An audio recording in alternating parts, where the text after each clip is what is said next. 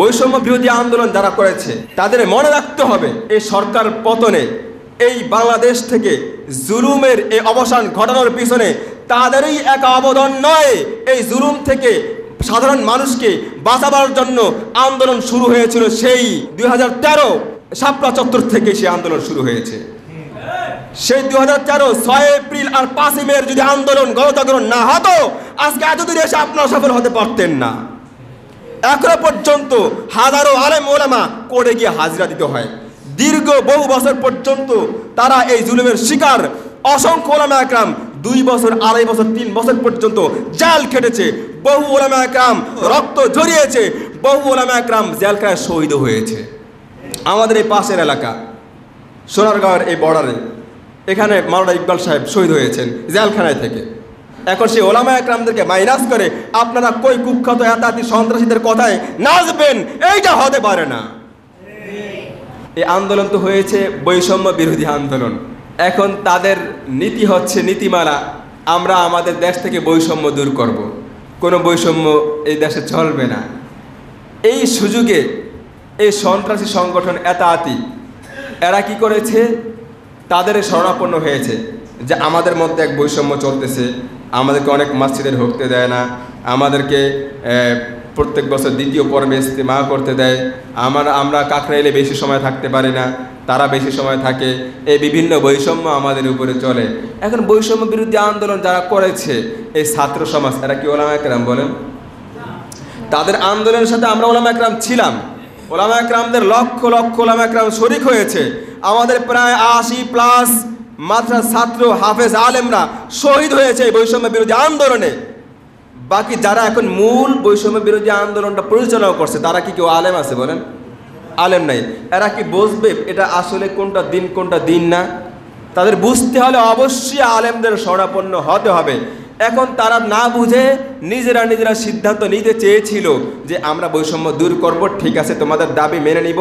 তারা প্রতি বছর ভারত ইন্ডিয়া থেকে তাদের হুজুর আনবে, তোমরাও সাথকে আনতে পারবে। তারা তাদেরকে আশ্বাস দিতে শুরু করেছিল। তখন ওলামা একরাম তারা সচেতন।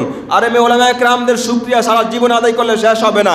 ওলামা একরাম সচেতন আছে বলে, তারা এই জমিনে আছে বলে এখনো সহি দিন আমরা পাচ্ছি, এখনো সঠিক দিন মানার সুযোগ আমরা পেয়েছি। যদি ওলামা একরাম না থাকতো কত আগেই দিন বিকৃত হয়ে যেত, এটা ভাবতেও পারতেন না। ওলামা একরাম আমাদের ঈমান আমলের পাহারাদার।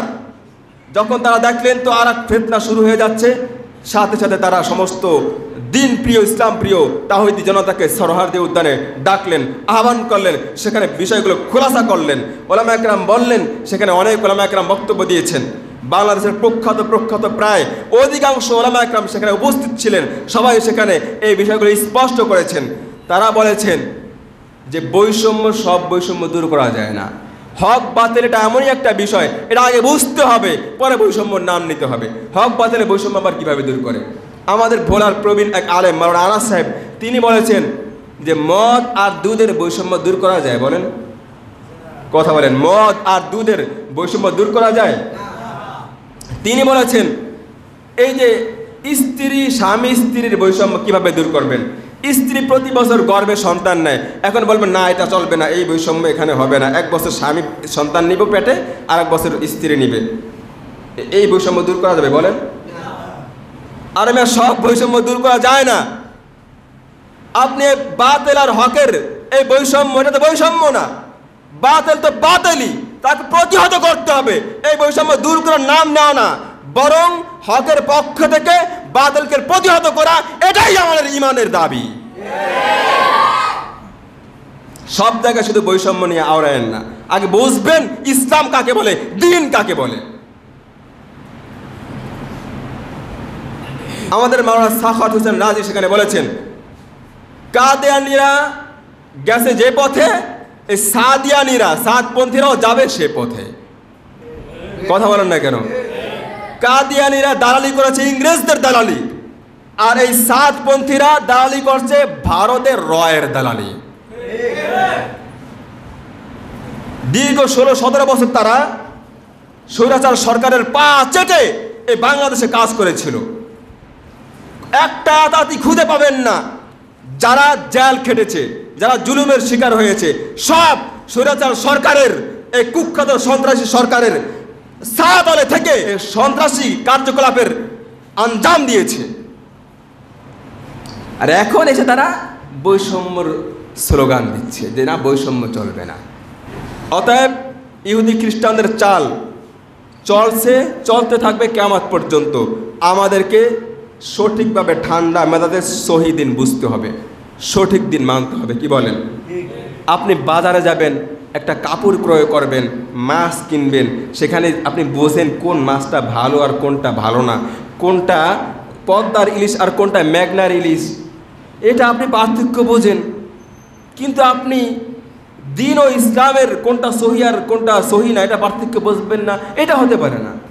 দিন যদি না বোঝেন, ভুল দিনের যদি পদাঙ্ক অনুসরণ করেন, সাবধান, ঈমান চলে যাবে। আপনার ভালো কাপড়ের পার্থক্য বোঝা যতটুকু জরুরি, ভালো মাছের পার্থক্য বোঝা যতটুকু জরুরি, গোস্তটা রানের গোস্ত না সিনার গোস্ত, এই পার্থক্য বোঝা যতটুকু জরুরি, তার চেয়ে কোটি কোটি গুণ বেশি জরুরি সহি দিন কোনটা, এটা বোঝা।